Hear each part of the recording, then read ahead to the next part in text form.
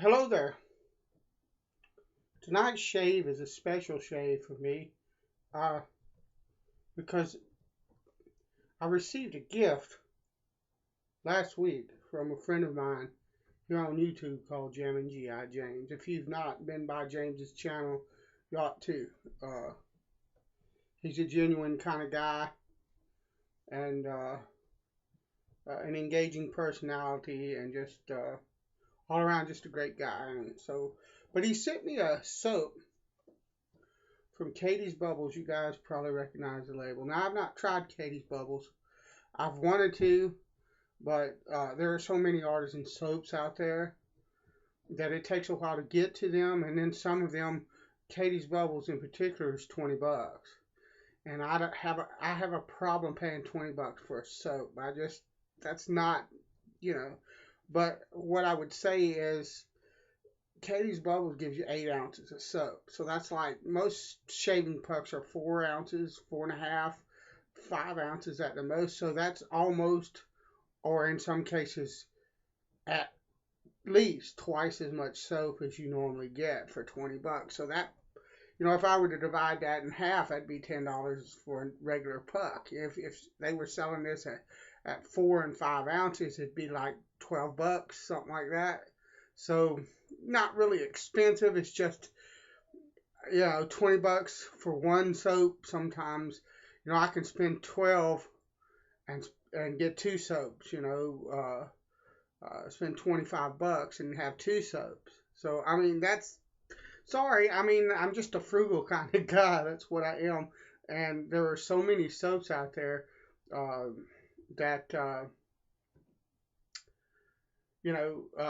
offer so much value for around between like $8 and $15 that I would eventually got around to Catie's Bubbles, but it would have been a bit, and I'm glad that to have the opportunity to try this soap. But there's something else about this soap. This soap is a one-off. It's a custom scent that James asked Chris Cullen to do for him. It's called Mile High Menthol. I don't know if you'll be able to read it or not. It looks like you will. It's called Mile High Menthol. And what it is that James wanted a soap that was an artisan soap with simple ingredients. And the ingredients list, I can't read it I believe it's printed around here, but since this is a one-off, this is not the glossy kind of label that Chris puts on his normal soaps. It's printed off a computer, and it looks to me like kind of the label you would get for like a CD jewel case or something like that, or CD cover or whatever. Anyway, and I assume he does that because it's a one-off, and his more waterproof kind of glossy labels cost more money. So that's not a knock on the soap or the packaging or anything like that. I understand what that is, So, but James wanted a soap that basically was Barbasol green without all the added. I'm assuming without all the added chemicals. He wanted an artisan soap, and so he asked Chris Cullen to do it, and he had a few pucks made, and he sent some to a select few of his friends. I happen to be counted among them, and I really appreciate that, James. This is really awesome and all. But I shaved with it about. Let me go ahead and start lathering. It's got a wonderful smell. There's eucalyptus, and the thing that I like about it has camphor in it, and the camphor gives it a bit of an earthy, but it also gives it a bit of I'm using my Simply Beautiful Pure Badger brush. It also gives it a bit of a sweet kind of smell to it. But anyway,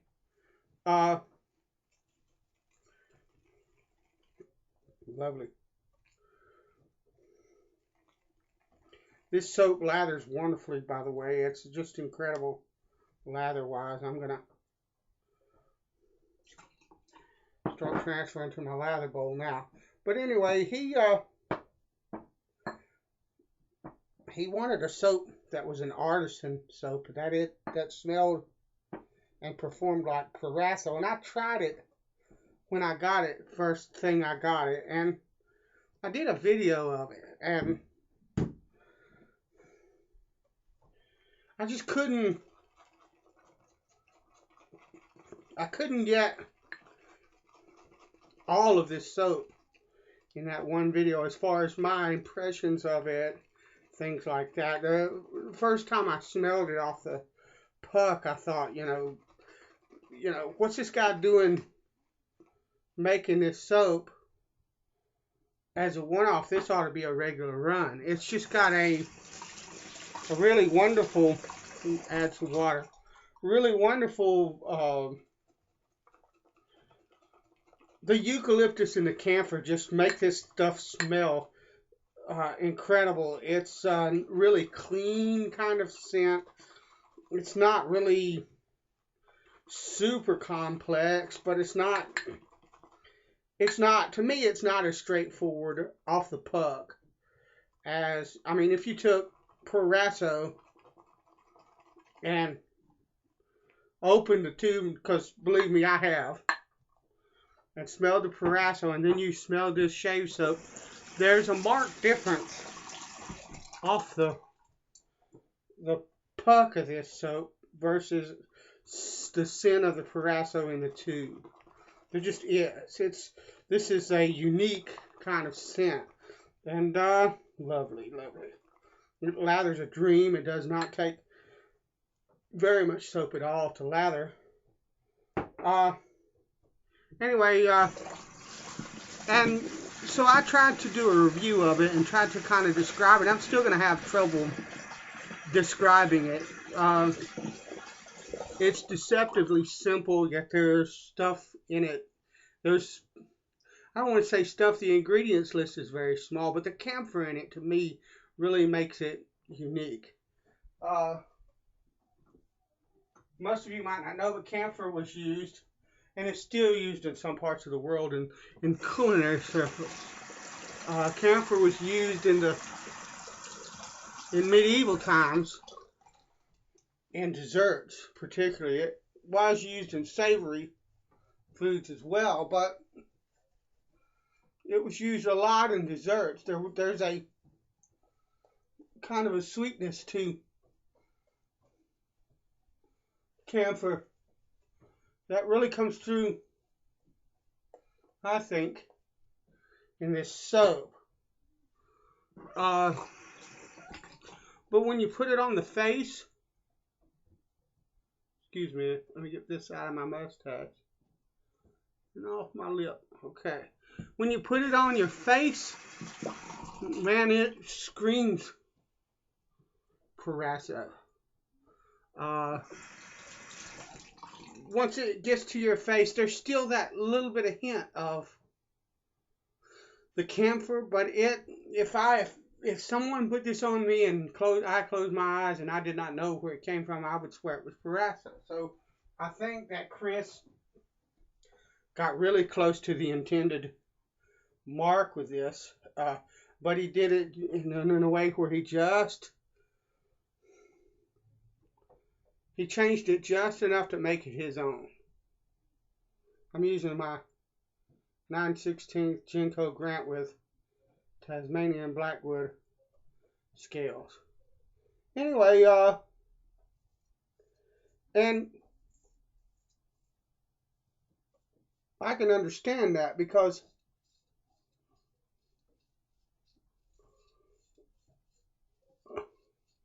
if I were an artisan soap maker and someone said, I want a soap just like Barbasol Green, I'd tell them to go buy some Barbasol Green. My soaps are for my personality. And I know something about that. I build guitars as a hobby, and I hope one day to build for other people. And the thing of it is, you know, I use building techniques from the three, what I consider the three top makers, and I'm talking about electric guitars. That's what I build. I'm not going to mention their names, but there's three guys, three companies, not guys, three companies that everybody considers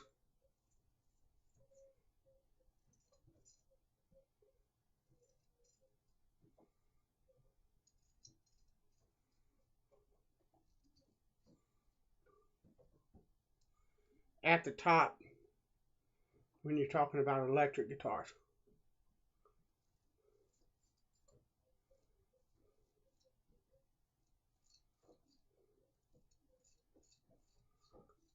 And I use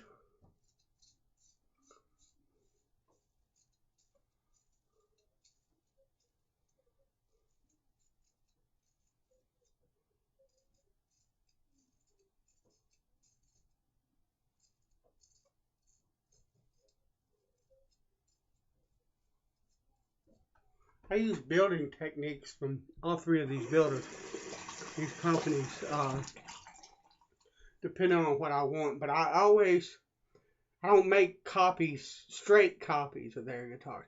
I always put my little tweak to it. Because I'm not them.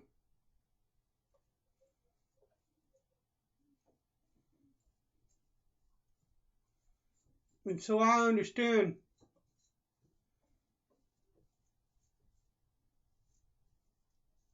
and would expect if I told a soap maker, hey, you know, I want a soap that smells like Old Spice or Irish Spring or whatever, a shave soap, you know, I wouldn't expect it to come back and be a dead ringer for that soap because that's not what artisans do.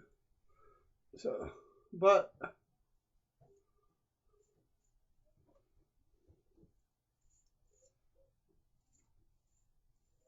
this soap has a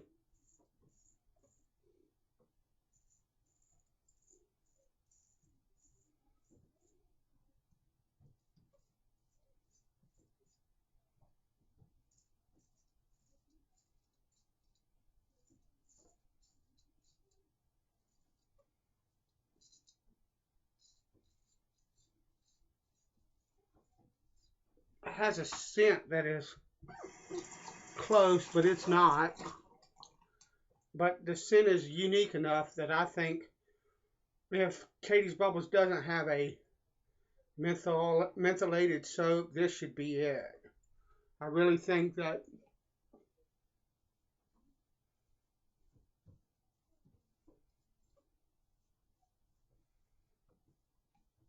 if people tried this soap and it got out publicly, not just was a one-off for just a few people, that this stuff would probably have trouble keeping a supply of it.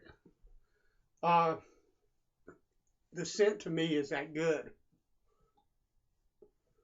As far as the soap, Catie's Bubbles soap, I really think this is a top-notch soap. It lathers very easy. The lather is copious. I mean,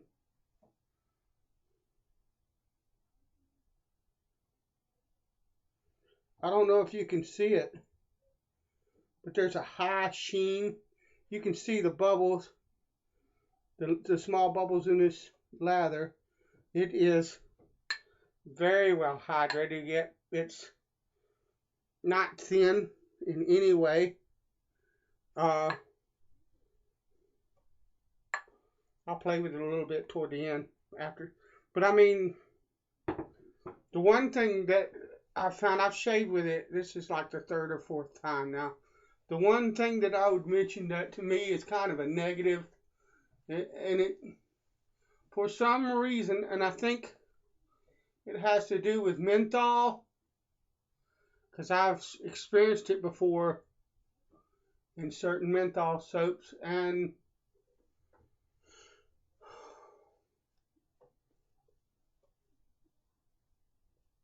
this is not as bad as some of the others, but it is there, and it is that this soap is, 1 minute it can be really, really slick, and then the next minute not so much. Like that last pass that I just did, this side was pretty good. This side was like an oil slick. I mean, like it was slick. So I mean, and I think that has something to do with the menthol. Also, it has to do with, the lathering technique that I employ as opposed to what someone else does. Everybody's lather is different.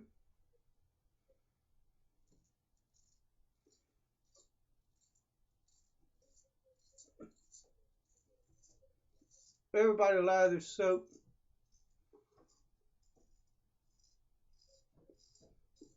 a bit different. We get all the advice. We watch all the videos. We follow everything and struggle, and eventually we learn to feel and to see what a good lather looks like, and that's how we learn. So everybody's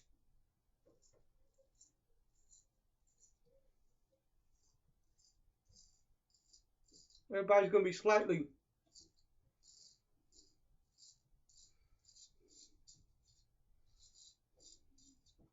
everybody's lather is going to be slightly different. But it is a wonderful soap. I really think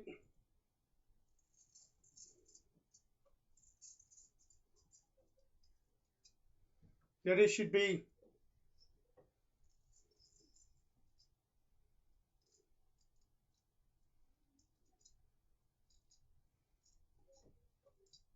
Chris, if you're watching this, hope you don't mind me calling you Chris. I don't know you, but I know your name's Chris Cullen and you make Catie's bubble soap. So here goes, Chris.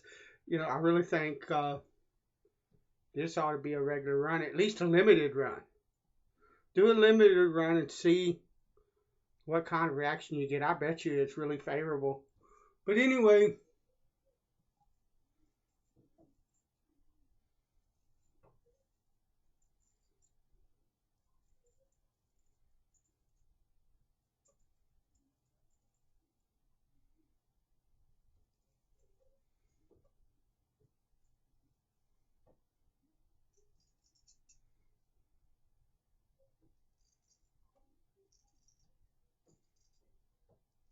if this is an example of Catie's bubble soap, then it's a top-notch type of soap.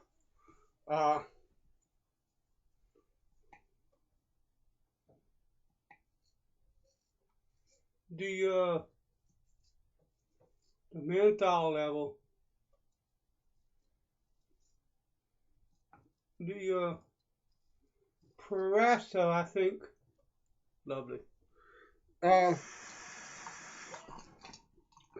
a little bit less menthol. This has so much menthol that it's kind of almost watering my eyes. So I know that there's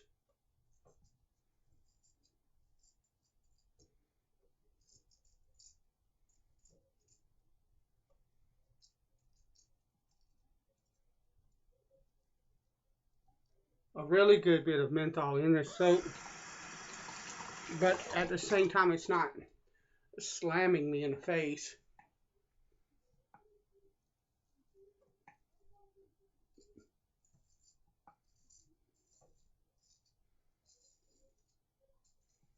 It's not an all-out assault. And like I said before, I'll say it again, I really think that this is a winner. One of the other things that I have noticed with some mentholated soaps is Barbasol does it a lot. is they can tend to be a bit dry. And this has a bit of drying kind of feel to it. But I really think that what I'm getting is, as a drying, I am mistaking the coolness of the mentholated portion of eucalyptus and the menthol in this soap, because the reason I say that is because the post-shave feel of this soap is just wonderful. My skin, hours later, after using this, is soft and smooth and just silky. It's the best way that I could describe it. Just a wonderful post-shave feel. And so, although it feels like it's drying a bit sometimes on my face, that it's drying my face, the skin of my face, excuse me, the post-shave feel tells me I'm wrong about that. And that's kind of weird. I've never experienced that before. Usually, I can tell if this soap is drying my face out. With this, while I'm shaving it, a couple of times it's felt like it was drying my face. But like I said, a couple hours later, man, my face is just so silky smooth, and so I don't think that's what's going on. But I can't explain what it is. But I'm going to take this lather. I haven't done this yet. Stole this from Jammin James. And trust me, if you've watched my lather videos, and just incredible amount of cushion to this. And it's very slick on my hands. But I mean, like that second pass I just did was incredibly slick. The first one side was and one side wasn't, and I don't know what causes that. But I mean, just an incredible cushion to this soap. And if you know me and you've watched my videos, especially particularly the wet lather video that I posted up here recently, you'll know that, my soaps, my lathers, let me wash this off my hands, they don't lack for water. One of the things that I learned early on is if I want a soap to perform the way that it's supposed to, then it has to have enough water. And so I have a tendency to mix on the wet side. And yet this lather is still very substantial. Let me get some aftershave. This lather is still very substantial. What I'm going to use is some Barbasol Pacific Rush. Anyway, that's the shave. I appreciate you watching with me and sharing the shave with me.